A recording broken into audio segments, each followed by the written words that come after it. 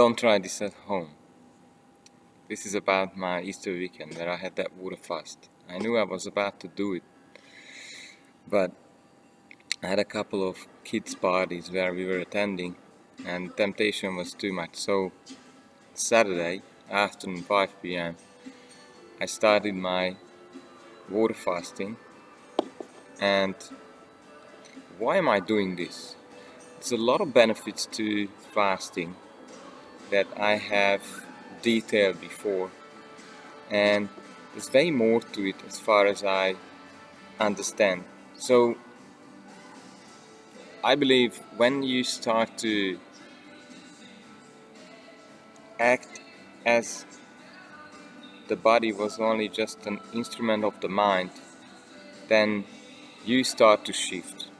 And when you start to shift, then relating to virus, bacteria, illness, flu, or healing is completely different, because you understand that the body is the mind's extension. So you will have a lot of control, a lot of ways to help yourself.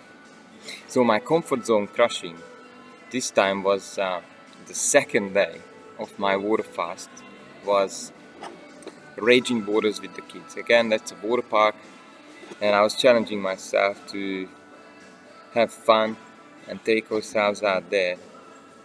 But the really big one for me this time was day 3, when I realized the perfect weather could be potentially good for paragliding. And I haven't been flying for a while, and third day of fasting, even to lift the bag in the car was fairly heavy. I was already lightheaded, and I realized that there's a voice in my head saying that you could get into trouble. And I decided to have and take with me a spoonful of coconut oil and a spoonful of honey just before takeoff, because when I started doing my spirals, I started doing my wing overs, then this lightheadedness actually end me passing out, or actually kill myself if I go really bad.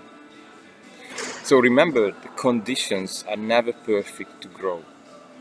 And I've been flying a fantastic 2-3 hours on that afternoon, although I had to wait a bit for the weather, and I enjoyed it immensely. But here's the thing, what happened. One, I was fasting, so I've never seen really pilots flying when they are fasting. Third day of fasting.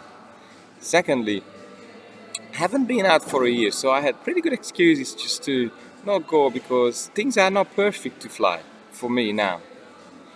Then at takeoff, one of the risers that's holding me up in the air has actually twisted, and I thought, well, the safest thing is just to head down to land.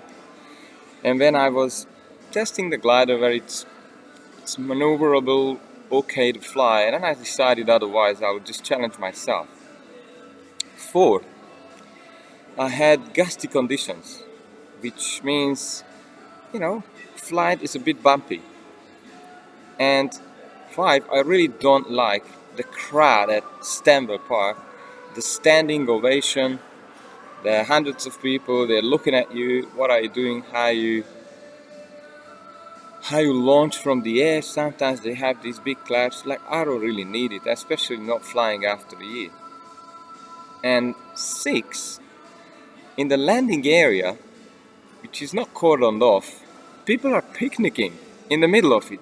Like, maybe they have no idea that landing with a paraglider is not always a crosshair landing helicopter style. Like, we have gusts coming in at the latest seconds or not. So I ended up dropping my glider on a Nepalese family. They were very nice to me. They were playing cards in the middle of the landing zone.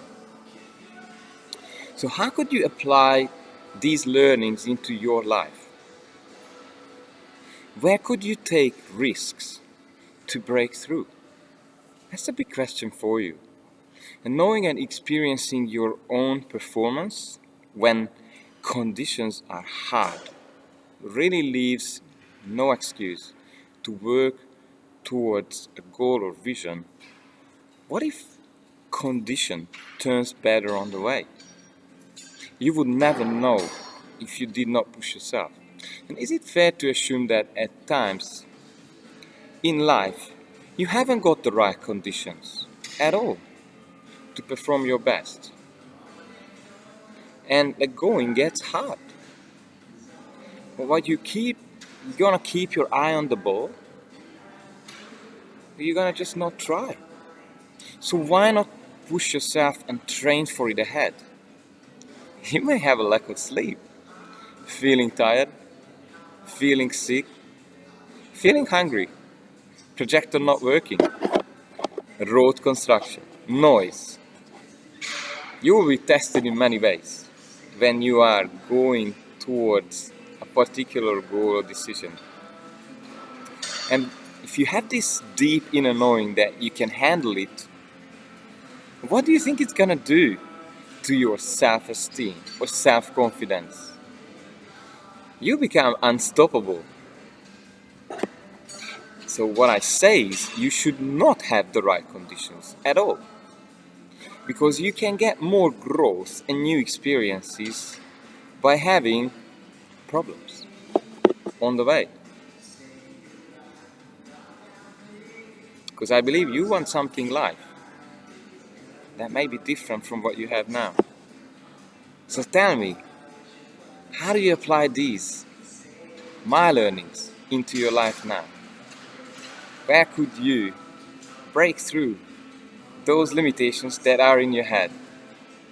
Have a beautiful day from the Gold Coast.